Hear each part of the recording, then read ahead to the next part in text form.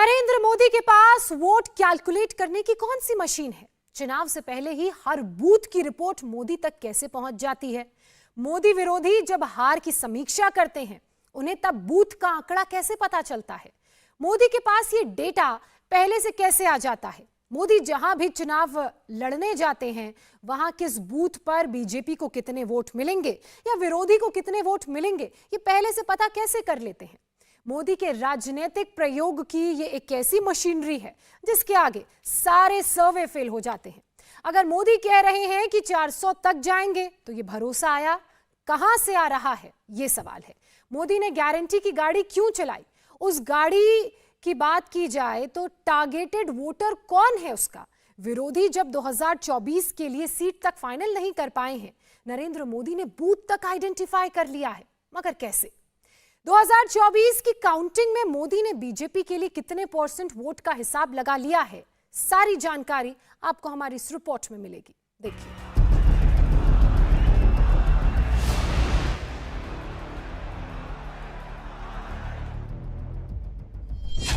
मोदी 51% की बात कर रहे हैं। मोदी का 400 सीट का टारगेट है।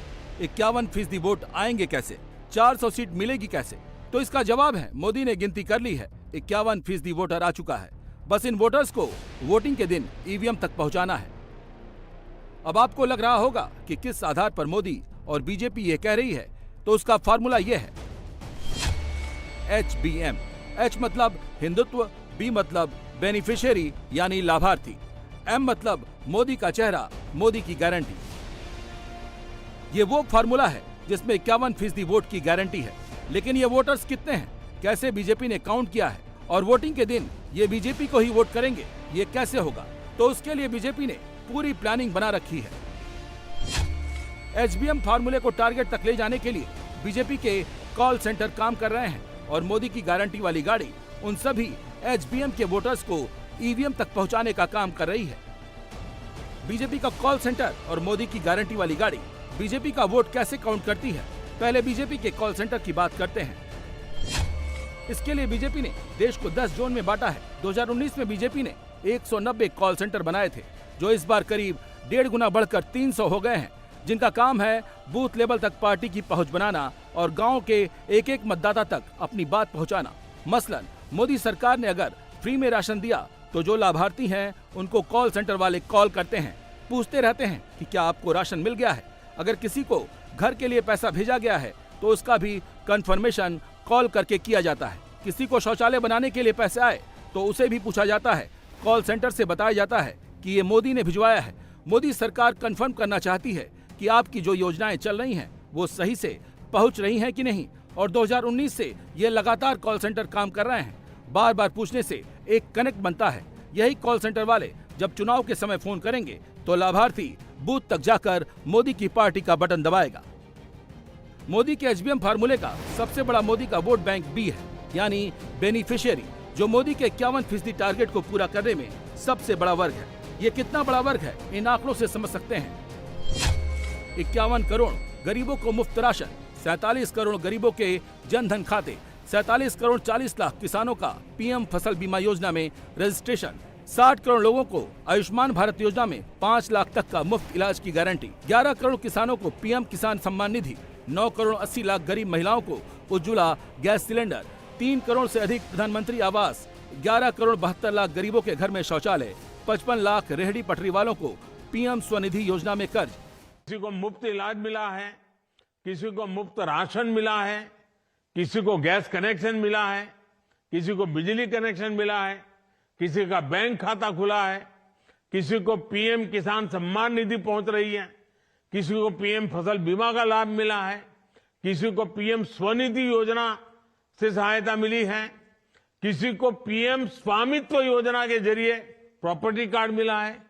यानी मैं योजनाओं के नाम अगर बोलूंगा, जब मैं देख रहा था कि हिंदुस्तान के हर कोने में चीजें पहुंची है, देश भर के गांवों में करोड़ों परिवारों को हमारी सरकार की किसी न किसी योजना का जरूर लाभ मिला है। और जब ये लाभ मिलता है ना, तब एक विश्वास बढ़ता है। ये सब वोटर्स हैं और बीजेपी के कॉल सेंटर्स इनको बार बार बताएंगे कि जो कुछ लाभ मिल रहा है वो मोदी की तरफ से मिल रहा है और वोटर भी ये देख रहा है जो कहा जा रहा है वो हो रहा है। और यही 24 तक बीजेपी का कॉल सेंटर और एक एक कार्यकर्ता को कंटिन्यू करने को कहा गया है। 2022 के यूपी चुनाव में पहली बार ऐसा हुआ था जब सरकारी योजना के लाभार्थियों ने योगी आदित्यनाथ की सरकार रिपीट करा दी थी। 2022 में यूपी में पीएम किसान निधि का लाभ 2 करोड़ 40 लाख लोगों को मिला। प्रधानमंत्री उज्ज्वला योजना के लाभार्थी करीब 1 करोड़ 50 लाख थे। जन धन अकाउंट 7 करोड़ 80 लाख लोगों के खुले। प्रधानमंत्री आवास योजना में 10 लाख 20 हजार लोगों के घर बना कर दिए गए। आयुष्मान भारत के लाभार्थियों की तादाद 1 करोड़ 30 लाख थी। योगी सरकार को दोबारा बनाने में इन्हीं लाभार्थियों ने योगदान दिया। यूपी के बाद हर चुनाव में मोदी का लाभार्थी वोट बैंक मजबूत होता चला गया। सारे बेनिफिशियरी को जोड़ लेंगे तो ये 51% हो जाता है। और ये भी सच है कि सारे बेनिफिशियरी सब बीजेपी को वोट नहीं देते हैं, लेकिन जितने देते हैं उस हिसाब से बीजेपी का कैलकुलेशन कह रहा है कि ये ट्रेंड बरकरार रहा तो 24 में बीजेपी की लाइन क्लियर है। हाल ही में मध्य प्रदेश में चुनाव हुए हैं, कैसे ये वोट मोदी के लिए काम कर रहा है इन आंकड़ों से समझ सकते हैं। मध्य प्रदेश के चुनाव में वोट देते वक्त पूछा गया कि केंद्र की योजना का प्रभाव कितना रहा। प्रधानमंत्री मातृ वंदना योजना के लाभार्थियों में 37% ने कांग्रेस को वोट दिया, 54% ने बीजेपी को वोट दिया। आयुष्मान भारत योजना का लाभ तो लिया, लेकिन 39% लोगों ने कांग्रेस को वोट दिया, 50% बीजेपी को। प्रधानमंत्री आवास योजना का भी लाभ लोगों ने लिया, लेकिन 35% कांग्रेस को वोट मिले, 57% बीजेपी को। उज्ज्वला योजना का भी लाभ लोगों ने लिया, लेकिन 41% कांग्रेस को वोट मिले, जबकि बीजेपी को 51%। इन आंकड़ों के हिसाब से मध्य प्रदेश में तो मोदी अपने टारगेट से 2% ज्यादा अचीव कर रहे हैं। एक दूसरे को निपटा रहे हैं लोग, हमें उनके लिए कुछ करने की आवश्यकता नहीं। आज जिस प्रकार से भारत के उपराष्ट्रपति महोदय का मखौल उड़ाया गया, उनकी पार्टी में ही कई लोग उससे चिढ़ गए। जब उनकी मीटिंग होती है, जब वो किसी का नाम आगे करते हैं तो आपस में सिर फुटौल देख लीजिए। तो जनता को जवाब दे रहे हैं। वो लोग मिलकर के मोदी जी को हराने में लगे हैं, मोदी जी एक साथ मिलकर के देश को जिताने में लगे। एचबीएम फॉर्मूले में दूसरा सबसे बड़ा ट्रम्प कार्ड मोदी का चेहरा और मोदी की गारंटी वाली गाड़ी है। मेरे परिवारजनों, विकसित भारत संकल्प यात्रा ऐसे लोगों तक पहुंचने का बहुत बड़ा माध्यम बनी है जो अब तक सरकार की योजनाओं से नहीं जुड़ पाए। इसे शुरू हुए अभी 1 महीना भी नहीं हुआ है, 2-3 हफ्ते हुए हैं, लेकिन ये यात्रा 40,000 से ज्यादा ग्राम पंचायत और कई शहरों तक पहुंच चुकी है।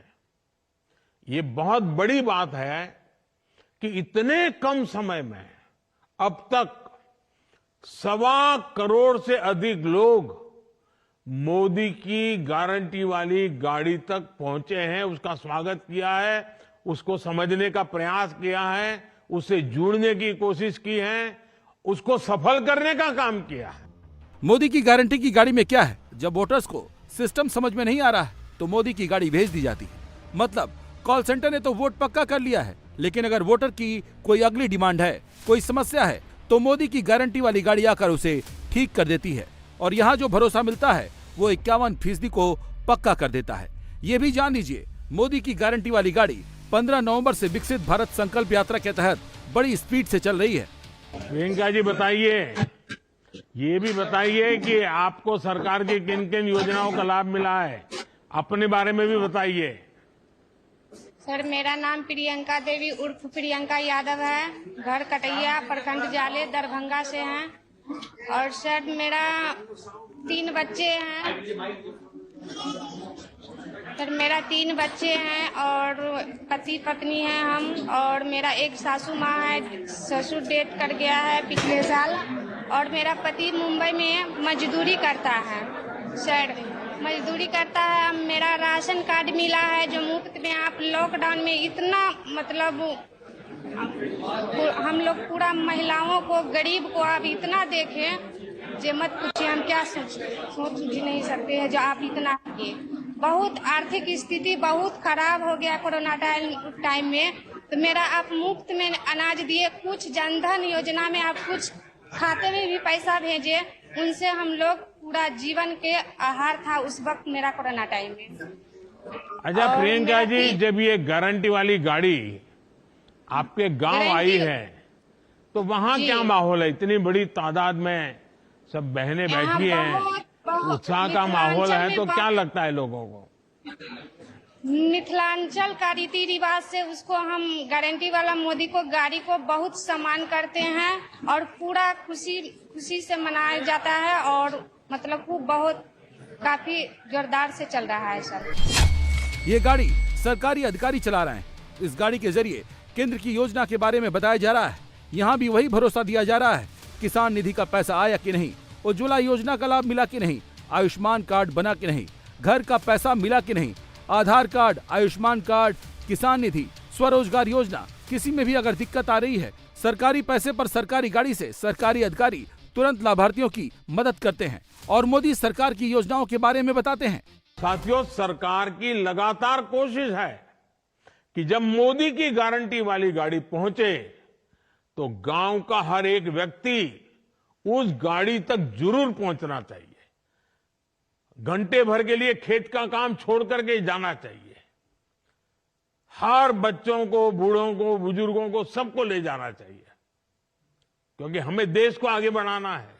और जब ऐसा होगा तभी हम हर लाभार्थी तक पहुंच पाएंगे, तभी 100% सैचुरेशन का जो संकल्प है ना, वो पूरा हो जाए।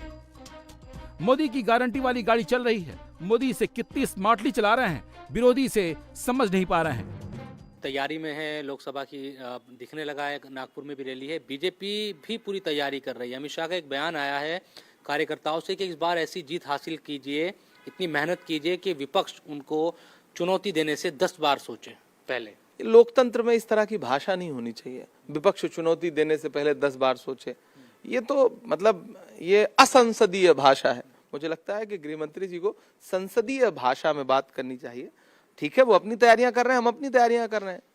अपना पैगाम मोहब्बत है जहां तक पहुंचे। हम राहुल गांधी जी के पैगाम को लेकर के देश भर में जा रहे हैं। जब इन लाभार्थियों के सामने बार बार मोदी का चेहरा आएगा, मोदी की गारंटी पूरी होती दिखेगी, तो ये वोट भी जरूर मोदी को करेगा। मोदी यही चाह रहे हैं कि सांसद, विधायक, नेता, कार्यकर्ता बूथ स्तर पर HBM को सेट कर दें, ताकि 2024 में 100% वोट सेट हो जाए। और बाकी कसर तो HBM का H पूरा कर देगा, मतलब हिंदुत्व पूरा कर देगा।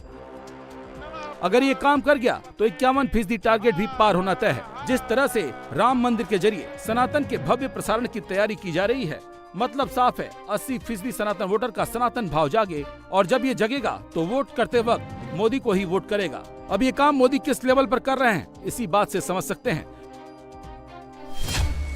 मोदी ने कहा है कि पार्टी कार्यक्रम को सफल बनाने में सारे कार्यकर्ता अपना योगदान दें, एक एक व्यक्ति से संपर्क करें। राम मंदिर को लेकर बीजेपी ने जो प्रयास किए हैं, उनकी जानकारी जन जन तक पहुंचाई जाए। सरकार ने भव्य राम मंदिर के लिए जो जो कदम उठाए हैं, उनको अपने क्षेत्रों में बुकलेट बनाकर बांटें। विपक्ष ने राम मंदिर निर्माण को रोकने के लिए जो जो किया, उसे भी जनता को बताया जाए। 1 जनवरी से बीजेपी कार्यकर्ता गांव-गांव जाकर अक्षत बांटेंगे, मंदिरों में कार्यक्रम का आयोजन करवाने, मंदिरों में दीप जलवाने जैसे कार्यक्रम से जुड़ेंगे।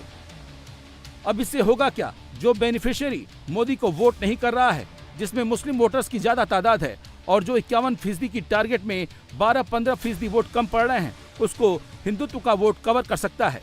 यही नहीं, मोदी ने बीजेपी की बैठक में 400 सीट के टारगेट को अचीव करने के लिए नए मतदाताओं को पार्टी से जोड़ने पर फोकस करने को कहा है। उसके लिए अलग अलग स्तर पर युवाओं के लिए सम्मेलन चलाए जाने की बात कही है। और खबर तो ये भी है कि युवा दिवस के मौके पर नए मतदाताओं के सम्मेलन को पीएम मोदी संबोधित भी कर सकते हैं।